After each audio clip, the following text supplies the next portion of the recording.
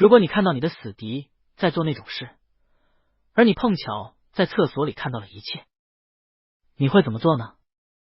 如果是我会立马打开厕所门跳出去，然后当着他的面叉腰大笑，给予死敌致命一击，让他当场萎掉。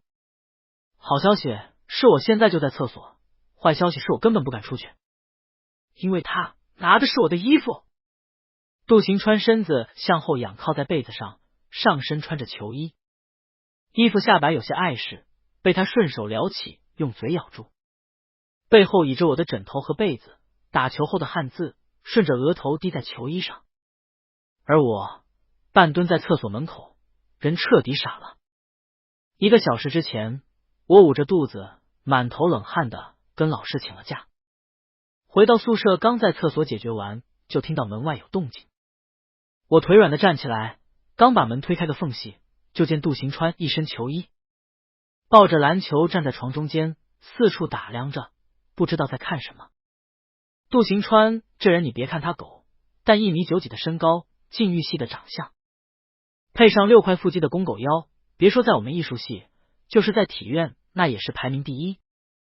刚要开口叫他，吓他一跳，就看他弯腰到我的床上找什么。那你狗贼杜行川一定是想要暗害小爷。我在心里暗暗的奸笑一声，蹲下身子，扒着门缝掏出了手机，准备记录下杜行川的恶行，给他来个人赃并获，看他这个从小人模狗样的家伙到时候怎么狡辩。手机打开录像，就见杜行川弯腰掀开了被子，然后在我床单下伸手摸了一把，最后掀开了我的枕头，下面是我新洗好的贴身小布料，准备晚上换洗。我有点疑惑，杜行川这狗贼到底在找什么？然后就看到他把我的那个拿起来了，然后还变态的上下左右一顿看，然后微微低头，似乎还嗅我，直接一个目瞪狗呆愣在原地。想不到啊，你杜行川人模狗样的，居然也能变态。拿着我的衣物的手掌宽大，掌心常年打篮球，还带着保茧，关节处带着微微的粉色。我曾经还嘲笑过他，大男人还粉红色，娘们唧唧的。现在那个娘们唧唧的人正躺在我的床上，侧脸轮廓绷得很紧，100下的6块腹肌还带着汗渍，再往下马德。杜行川这个变态真该死啊，这还是人吗？根本不是。我躲在门后，大气也不敢喘，原本的腿软现在完全没有知觉了。可我举着手机，真的一动也不敢动。杜行川从小就比我高，上了大学之后，他已经比我高了大半个头。他爱运动，而我是个美术生。看了看他的6块腹肌，再看看自己肚子上一块肉，我叹了口气，根本不敢动啊。整整半个多小时，杜行川终于完事了。躺在床上，除了胸口还在起伏，一动不动的进入了闲者时间。我也松了口气，悄悄松了松已经没了知觉的双腿。要是再蹲下去，我真的还不如出去和杜行川拼命了。生不如死啊！躺了5分钟，杜行川站起来脱了上衣，他轻笑了下，随后朝着厕所过来了。啊！我赶紧从厕所门口缩到厕所的角落里。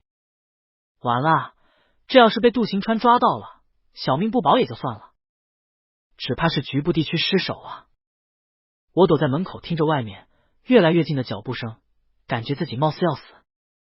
双手合十，嘴唇无声的祈求着玉皇大帝、王母娘娘、如来佛祖、齐天大圣、耶稣、宙斯、圣母玛利亚、观世音大士，无论是谁，求求了，快来救救我！信徒愿意一生吃素，一周吃素来还愿。而此时，脚步声停在了厕所门外，我的心脏砰砰直跳，只感觉自己身下菊花一紧，只怕是要完。我内心疯狂而抗手，哀叹一声，无命休矣。只听吱嘎一声，年久失修的厕所门把手被一只手握住，门被推开了。门被推开一道缝隙，杜行川只要再拉开一点，或者往前一步一低头，就能看到我无处安放的大长腿。我的心脏跳得像一匹脱缰的野马。结果就在这千钧一发之际，杜行川的手机响了。就还挺及时的。喂，知道了。推开的门，砰的一声又被拉上了，心脏在我胸口砰砰砰失去了秩序。门外窸窸窣窣的有抽纸的声音，随后就是杜行川穿外套开门出去的声音。我深吸了一口气，又在原地蹲了几分钟，等腿恢复了知觉，才慢慢起身，小心的趴到门口往外看了看，见没有人才放下心。仔细一看，裤裤还尼玛给我拿走了，死变态，很贵的好不好？20几块呢。小爷这辈子没做过对不起杜行川的事，也就做过几件吧，但也都不过分，最过分的也就是给杜行川造了个谣。没想到这小子居然想给我，可恶啊！我和狗东西是邻居，上了同一个小学、初中、高中，就连大学也那么凑巧的是同一个大学，到底是什么孽缘？这狗东西从小对我的杀伤力就巨大。小学时，我在外面跟同学学习如来神掌，他和老师去参加竞赛。晚上回家，我被我妈拎着耳朵怒骂：“你能不能学学隔壁杜行川？给你妈我争点气！”第二天上学，在楼道口碰到小1号的酷哥杜行川，看见我，突然捂着嘴扑哧一声笑出来：“如来神掌学的怎么样？”狗贼，拿命来！我看着他走出去好远的背影，拎着书包飞快的冲过去，照着他的新校服裤子就是一脚，满脑子都是杀人灭口的100种方法。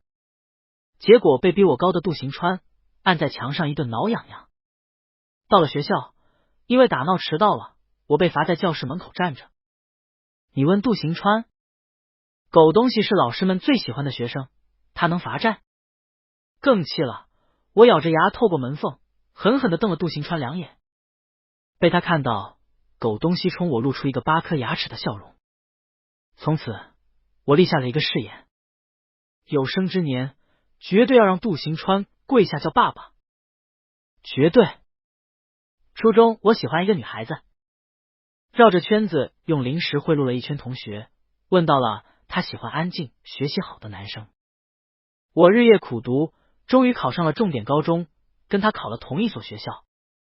我妈高兴的大力的拍着我的肩膀，就差要给我来个3天流水席了。大人们聚餐，由于我超水平发挥，被反复提及，夸奖鞭尸。我有些羡慕的看着站在一旁的优秀到了大人习以为常的杜行川，略带得意的问他：“你觉得题目难吗？”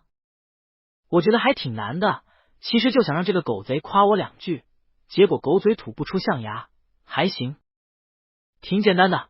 草了，我就不该多嘴，又被这小子装到了，可恶啊！当天晚上，我铁青着脸把半盘子杜行川不爱吃的苦瓜倒进了他的碗里，他笑着回敬了我2筷子芹菜。我俩互相看着，咬牙切齿的在大人的谈笑声中，你一口芹菜，我一口苦瓜。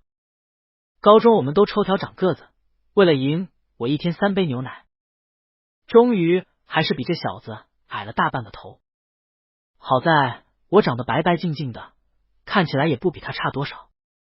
为了跟喜欢的女生告白，高中2年，我一次喜欢的篮球都没有去打，就为了保持我安静学习好的人设。结果特为的女同学居然在篮球场当着我的面跟杜行川这个狗东西表白了。1米5多，穿着校服，梳着高马尾的小女生，一脸娇羞的看着对面的男生。杜行川因为刚才在打篮球，一身球衣，简单的短发，冷厉又帅气，身上还带着运动完的热气。趁着他那麦色的皮肤，冷峻帅气的面容，简直像是热血漫画里走出来的男主角。而我穿着傻兮兮的宽大校服站在一旁，在漫画里一定是没有脸的路人甲啊！可恶啊，好想毁灭世界。女生双手向前递上去一封粉红色带着香味的信，有些羞涩的低着头。杜行川手里抛着篮球，用眼神瞥了一眼旁边快要气疯了的我，一向目中无人的眼神里多了一丝烦躁。蹙着眉，高中我不准备谈恋爱。说完就转过头，毫不留情的回到篮球场继续打球。这狗东西还给拒绝了。我难过的拦住要走的女同学，伤心的问她：你不是喜欢安静学习好的男生吗？女同学低着头，红着脸，半晌小声的说了一句：杜行川长得帅啊，然后红着脸跑开了。真该死啊，我长得也好看啊，就是没杜行川那么黑，没他那么壮而已啊，没他高，没他鼻子那么挺，没有6块腹肌而已啊，为什么不看看我？气得我3天没跟杜行川一起去学校。要不是狗贼来我家敲门，我妈痛着我脖领子丢出门，我才不原谅他呢。暗恋女同学的事情太过伤心，导致我从原本只想当杜行川的爸爸，虽然至今未遂，到现在在地上阴暗爬行扭曲，最终在一个月黑风高的夜晚，我变态了。高3的晚自习上，班上女同学高原给我飞小纸条，有女同学给我传小纸条，我本来还很开心，结果一打开，高原问我：童言，你和杜行川关系最好了，他喜欢什么样的女孩子啊？我盯着纸条上的字，内心极度愤恨的心情到达顶端。我小心的看了眼旁边趴在桌子上睡觉的杜行川，阴恻恻的坏笑出声，用手挡住杜行川的方向，小心的写上几个字：谁跟你说杜行川喜欢女的？哈哈哈哈！杜行川你也有今天，我交不到女朋友，你也别想。心中暗喜，纸条刚送出去，背后一寒，一回头就看到杜行川漆黑的眼睛，正盯着我给高原回小纸条。嗨嗨，你啥时候醒的？刚刚。我心中一惊，难道这狗东西看到了？有些心虚的问：我吵到你了？哈，放屁！老子刚才根本没发出声音，吵锤子，可我刚做了亏心事。此时万万不敢争辩一二。杜行川看似不动声色再次趴下，但凭我对他头发丝的了解，绝对是怀疑了。下了自习，果然见他往外走。杜行川，你干什么去？高大的身影头也不回，只回了3个字：上厕所。又装高冷，我肚子一阵叽歪，随后我突然灵机一动，小心的跟上去，果然就看到他跟高原在楼梯拐角说话。我不敢离得太近，只能隐隐约约听到一点，好像提到了我的名字。完了，高原不会被美色所诱惑，出卖同盟吧？狗男人牺牲色相，可恶啊！不过高原似乎并没有告诉他，杜行川表现的一切正常，反倒是高原从那以后，经常会在上课或者课间时，突然回过头看着我和杜行川，笑得一脸诡异，笑得我浑身直起鸡皮疙瘩。本来上了大学，这件事应该就这么过去的，毕竟大家都各奔东西了嘛。结果高原交的男朋友居然是我们校体院的，正好和杜行川离得很近。这也没什么。出去聚餐时，我去个厕所回来，就听到高原一脸怪笑的问杜行川：你和童言还没在一起呢？啥？杜行川和我在一起？疯了吗？我躲在花草编成的隔挡后面偷听。杜行川一向冷淡的表情也是一愣，估计当成了开玩笑，微微摇了摇头，没有。高原瞪大了眼睛，夸张道：还没在一起？童言不同意。不能啊！仔细思索了大半天，然后偷偷摸摸的小声说：你不知道，我以前问童言你喜欢什么样的女孩子，结果Oh my god的。我一个箭步要冲上去捂住高原的嘴，走到桌子前，手刚伸到他嘴边，就听到高原大声的喊了出来：童言说你不喜欢女的。整个饭店的目光都看向了我们这桌，碎碎低语。桌上的众人想笑，但看着杜行川的冰块脸又不敢笑，憋的表情扭曲，十分痛苦。反倒是杜行川自己先是一愣，随后看向我的眼神带着些许笑意。要玩？我哈哈哈，装作无事发生的收回手，随手拿起纸巾塞到高原手里，咬牙切齿的说：快擦擦嘴巴你！回去的路上，我走在前，杜行川在后面。初中之前，虽然看不惯狗东西一脸装逼相，不过看在他从小就我一个兄弟的份上，我也忍着当他爸爸。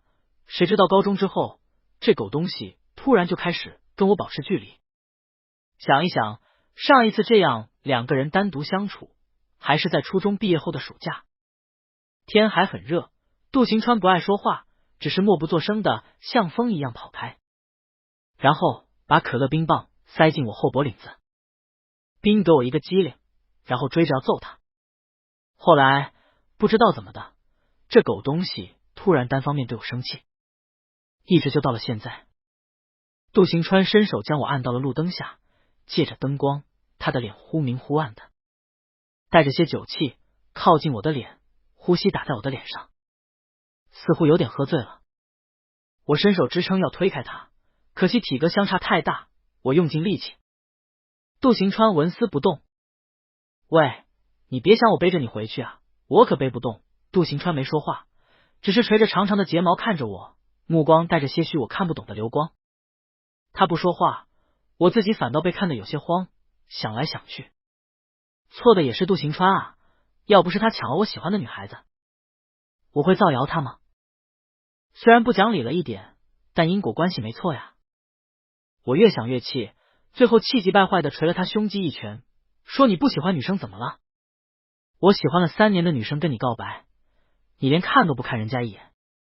上了大学，多少学姐学妹跟你告白，你扭头就走。你还说你喜欢女生？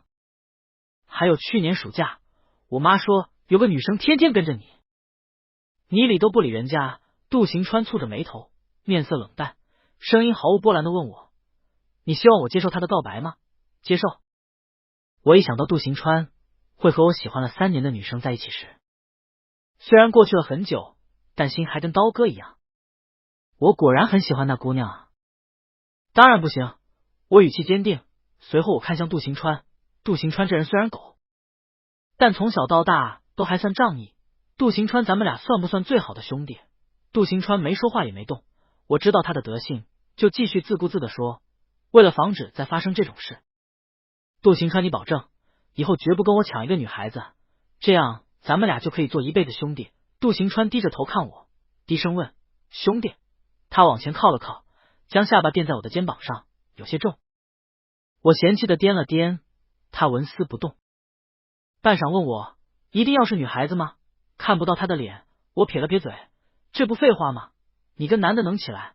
回忆完毕，我坐在画板前发呆，举着笔好半天都没落下一笔，满脑子都是杜行川在宿舍里不可描述、不可言说的样子，还特地的真的能起来，真该死啊！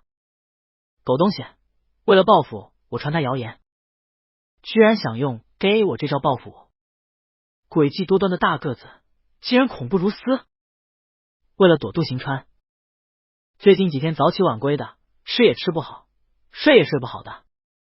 昨晚觉得鼻子有些堵，没太在意，结果一觉睡到了下午2点，刚要起床就感觉头昏脑胀，浑身没劲。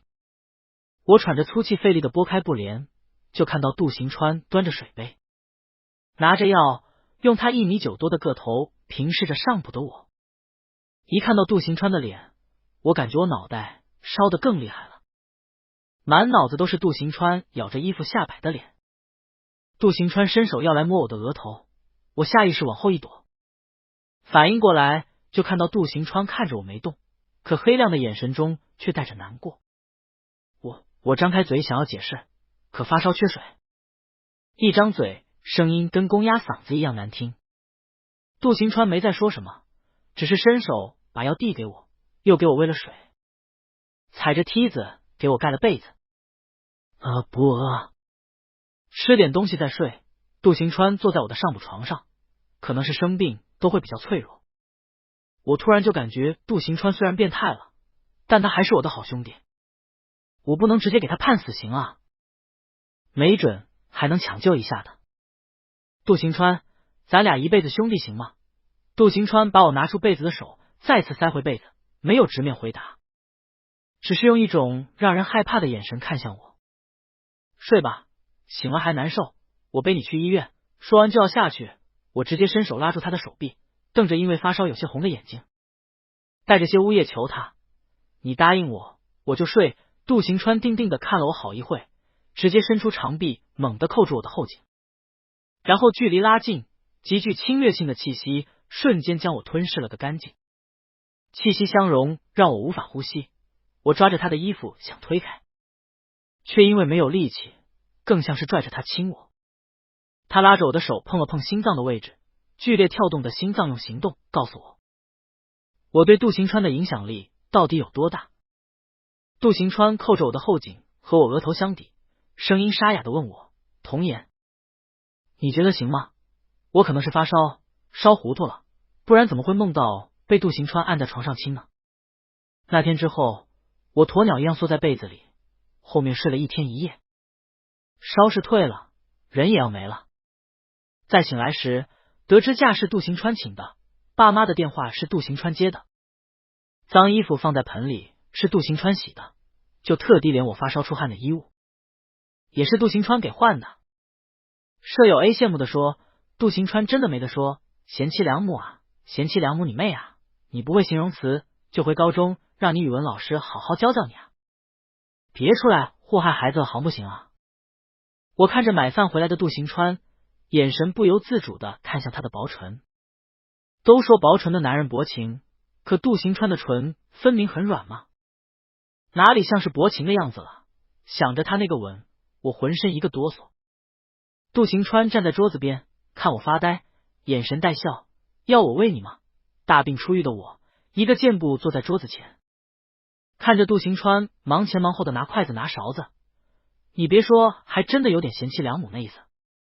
不自觉的瞟向杜行川的双开门，想象了一下光着上身穿上围裙给我做饭的样子，我咽了下口水，随后在杜行川诧异的眼神中啪啪啪的给了自己2个巴掌，打醒脑子烧坏的自己。都怪舍友 A 没事说什么贤妻良母，晦气。那天的亲吻和抚摸都像是一个梦。从我病好之后，杜行川就算在宿舍刚洗完澡，只要看到我就会立马把上衣套上。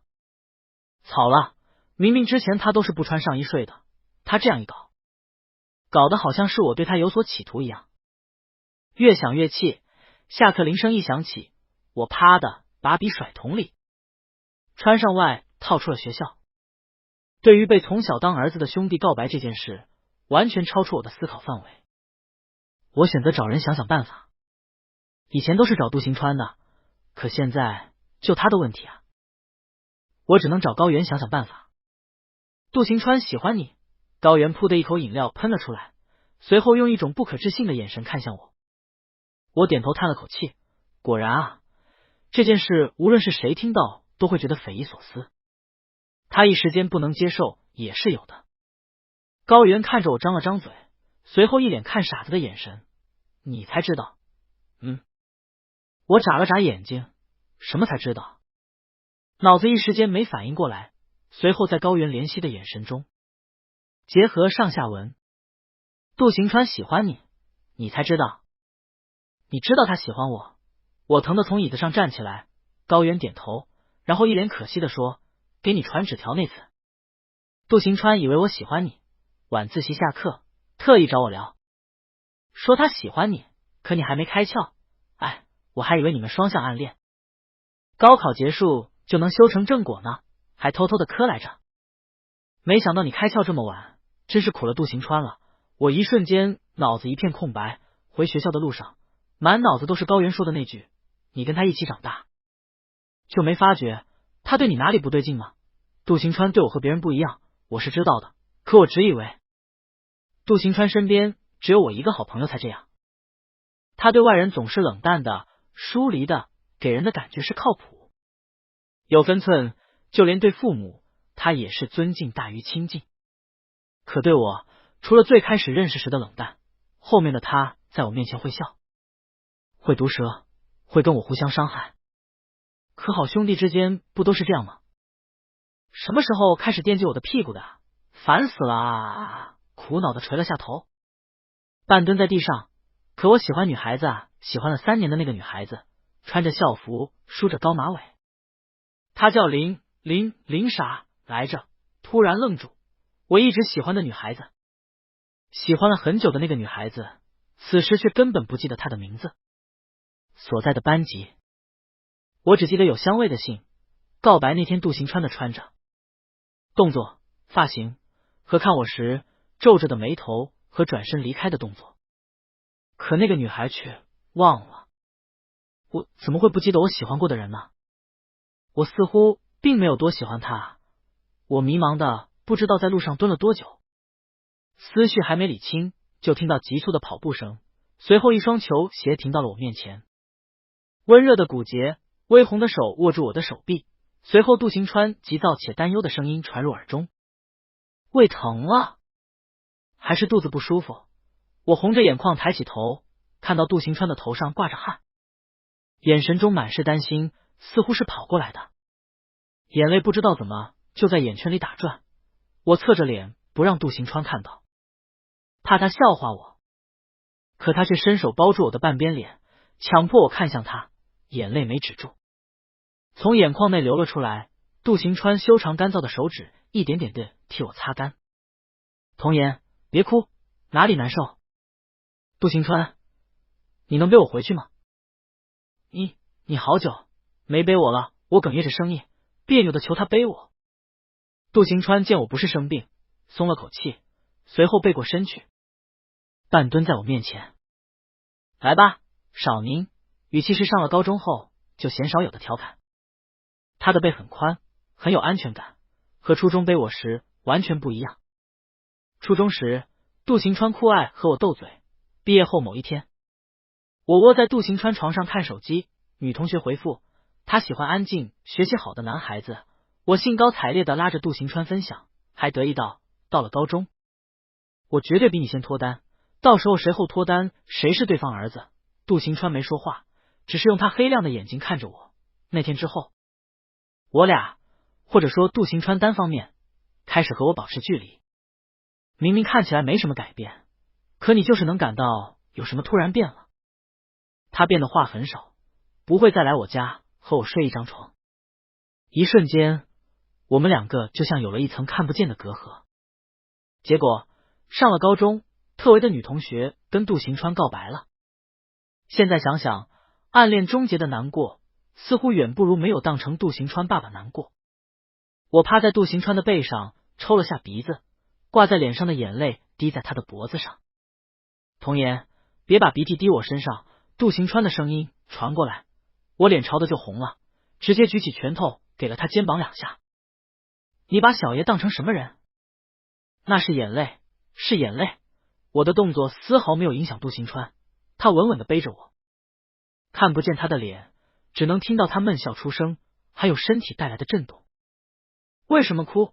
我抬头45度仰望星空，把眼泪收回去，然后略带忧郁的说了一句：爸爸的事你别管哦。前辈的人没有回头，只是敷衍的哼了声。杜行川，你还记得我初高中喜欢的女生叫什么名字吗？我将头靠在他的肩膀上，低低的问他。杜行川的身体一僵，步伐停下，随后又大步朝校门口走。林安安，你记得这么清楚，你是不是喜欢他？我趴在背上，无理取闹。我喜欢谁？你不知道吗？想到骨质分明带着微粉的手，硕大的胸肌，结实的腹肌，还有精神的脸，瞬间红的可以煎蛋，根本无法理直气壮的说出不知道3个字。狗东西，真该死啊！我长时间的不说话。杜行川似乎误会了，他背着我许久才开口，声音很轻，像是晚间吹拂的风，稍不留意就从指尖滑走了。童言，别讨厌我行吗？我没讨厌你。他轻轻的笑了下。你能喜欢我吗？我红着脸，却嘴硬的问他，喜欢你有什么好处？你能叫我爸爸吗？他没吭声。哼，我就知道你让杜行川这种骄傲的人叫爸爸。怎么可能？可以。草了，杜行川说什么？可以。那你叫一声。不行。为什么不行？你不是说可以吗？只能在特定情况下才行。什么特定情况下？杜行川，你是不是想骗我？回到宿舍刚进门，舍友 A 端着一杯奶茶，掐着兰花指要喂给 B 浑身鸡皮疙瘩的推了 A 一下，两个人打闹间，一整杯奶茶一滴没拉的倒在了杜行川的床上。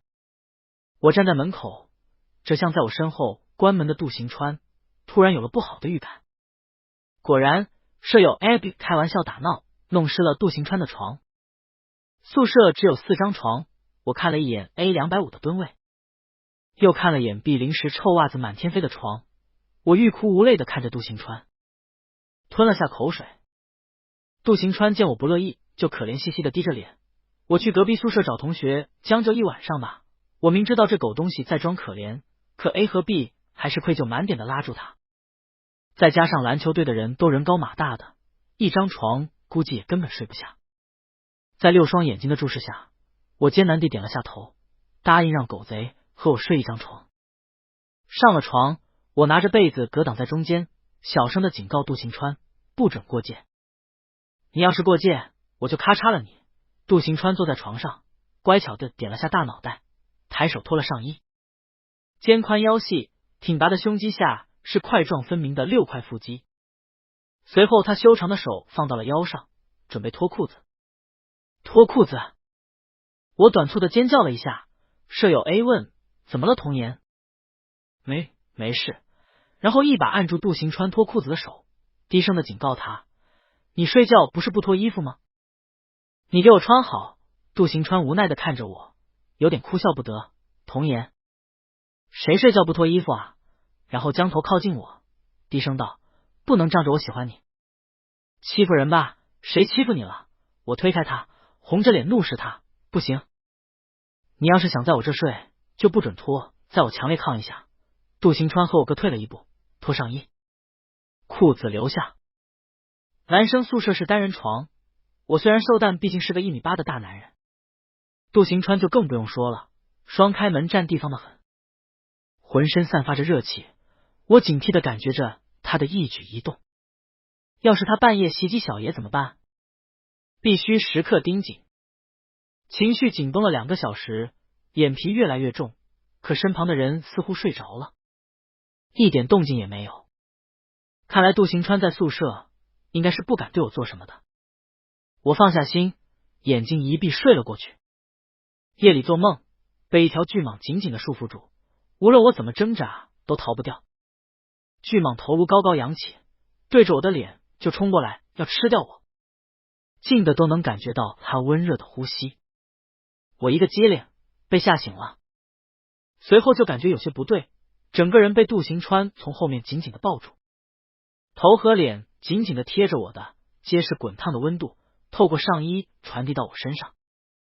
我挣扎了一下，杜行川的手臂一用力，抱得更紧了，似乎还有什么在背后顶。一瞬间，我浑身的鸡皮疙瘩都起来了，再也装不下去，一把将他推开，恼羞成怒的低声吼他：杜行川，那天一起睡过，呸呸呸！收留杜行川一晚后，狗东西学会得寸进尺了，经常在训练完来到教室门口等我，人高马大的，衬得1.8米多的，跟个矮子一样。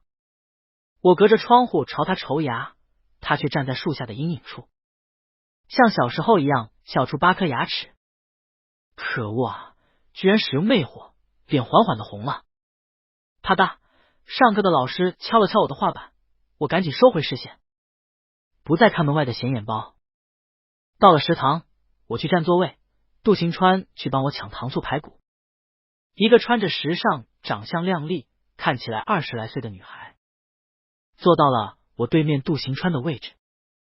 不好意思，这里有人了。女生从上到下打量了我一遍，下巴抬的都要上天了，语气傲慢：你就是童颜？我不明所以地点了点头，就听女生继续说：我是杜行川的未婚妻，希望你以后自觉一点，别以为你在想什么别人看不出来。我举着手机愣在原地，我在想什么？我根本没听懂他在说什么，满脑子都是他说他是杜行川的未婚妻，可是从来没听杜行川说过啊。那个是不是有什么误会？女生猛地站起来，伸手指着我鼻子，声音大到整个食堂都能听得清楚。别以为你和杜行川以前是邻居，现在是舍友，就肆无忌惮的勾引人，一个大男人要不要这么贱啊？勾引别人未婚夫。食堂里正在吃饭的同学听到这么大的八卦，立刻掏出手机准备记录精彩时刻。我张了张嘴，头一次遇到这种事，没啥经验，有些懵。正在打菜的杜行川丢了餐盘，快步走了过来。女生见到杜行川，原地换脸，一脸依恋的要拉杜行川的胳膊，甜甜的说：“行川哥哥看向我，还瞪了我一眼。”杜行川躲开他的手，走到我旁边，看着我的眼睛，认真的解释，声音不大，但足够我和附近的人听清楚。我没有未婚妻，她是我堂叔亲戚家的女儿。去年暑假时只见过一面，手伸过来牵我的手，目光可怜巴巴，像是怕被抛弃的小狗。看了眼女生，我拉过她的头，众目睽睽下，照着她的唇，猛亲了一口。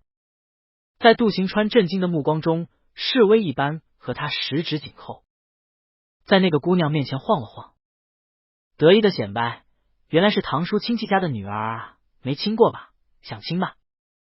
气死了！说着还伸手捏了捏杜行川的胸肌，哎呀，手感真好！周围的同学发出一阵尖叫和起哄声。杜行川站在旁边，一向冷冰冰的脸，此时嘴角翘的都快上天了，看向我的目光专注又宠溺，半分都没有分给对面的女生。旁边两个女同学互相抓着手喊：“好甜啊，好甜啊！”我脸红彤彤的，学着他痒的下巴气他。他去看杜行川，见杜行川看都没看他，在哄笑声中尴尬又难看的哭着扭头跑了。我撇了撇嘴，哼，跟我斗？小爷原本连杜行川都按着揍，你怕是没打听过。虽然并没有打过，不过那不重要。行为虽然幼稚，但就是很爽有木有。爽是爽了，爽完我就后悔了。食堂里那么多人，还有人录像，我这四舍五入不是出柜了吗？我失魂落魄的往前走，杜行川用力的拉住我，我回头看他，就见他一脸认真的问：“大庭广众下亲我，童先生不准备负责？”我脸红红，小声的嘟嚷了一句：“哼，心里美坏了吧？”突然想起了刚才那姑娘，给了这狗东西一拳，要他给个解释。杜行川去年暑假时，家里来了客人，就是刚才的那个女生，喜欢跟在杜行川身后。那时候我正在老家，回来后还是我妈跟我提的。前段时间加了杜行川微信，总是给他发消息，后来他嫌烦，就给拉黑了，也不知道怎么就找到学校来了。这边还没说完，高原就打来电话：“童言，我对不起你，晨曦和我一个寝室，我最近科你和杜行川有点没忍住，就和他聊来着，被他看到你俩的照片了，我看到视频了，我真不知道他喜欢杜行川，我错了，行吧，原因找到了。”手机响了，杜行川在外面喊我，手机响了，我在浴室里顶着头上的泡沫，叫他帮我接一下。结果我出来的时候，就见狗东西拿着手机看视频。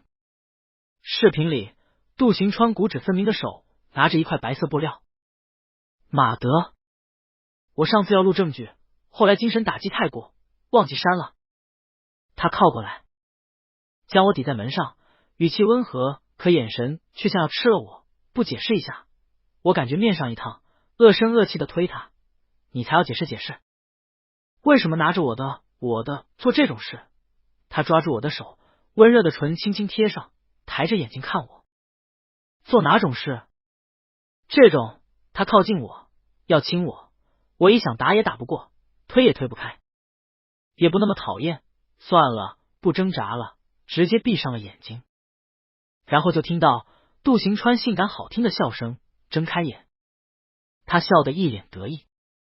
烦死了，狗东西，得了便宜还卖乖。我直接伸出双手，抱住他的后颈就啃了上去。狗贼受死！寒假转眼间到了，和杜行川一起坐上了回家的高铁。刚到家，被爸妈时刻贴着，也没时间去对面找杜行川。两个人只能在微信上黏糊。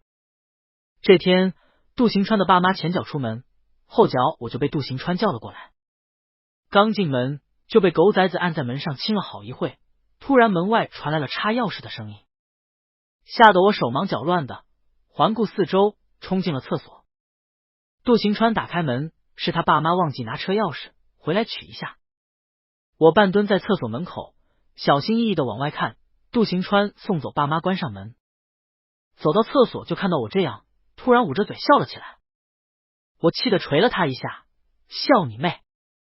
你不觉得你这个样子有些熟悉吗？什么熟悉？我瞅了下自己，确实有点像上次抓到杜行川心看啊。哎，杜行川，你怎么知道的？杜行川拉着我的手，领进了他的卧室，将我推倒在床上，压在身上凑近耳边，那么大的一双眼睛一直盯着我。傻子才看不到，帅哥震惊，那你还弄得下去？温热的喘息贴上耳朵，本来不那么兴奋的，想着你在看，就忍不下去了。操，杜行川你真是太狗了！杜行川一定是泰迪转世，不枉我喊了他那么多年狗东西，他是真狗啊！好消息是，我实现了多年誓言，让杜行川叫我爸爸，甚至可以让他跪着叫。坏消息是，叫爸爸的频率太高，腰不是很受得了。我摸着我酸疼的老腰，还有我宛如被卡车压过的身体，挣扎着从床上爬起。杜行川手臂搂住我的腰，沙哑的声音贴在耳边，轻声的叫我，再来一次吗？杜行川你是狗啊！枝叶在裂缝中滚动，被裹挟，眼落，忽而飞上高空，忽而降到低谷，头晕目眩，语句之离。总之，有得必有失吧。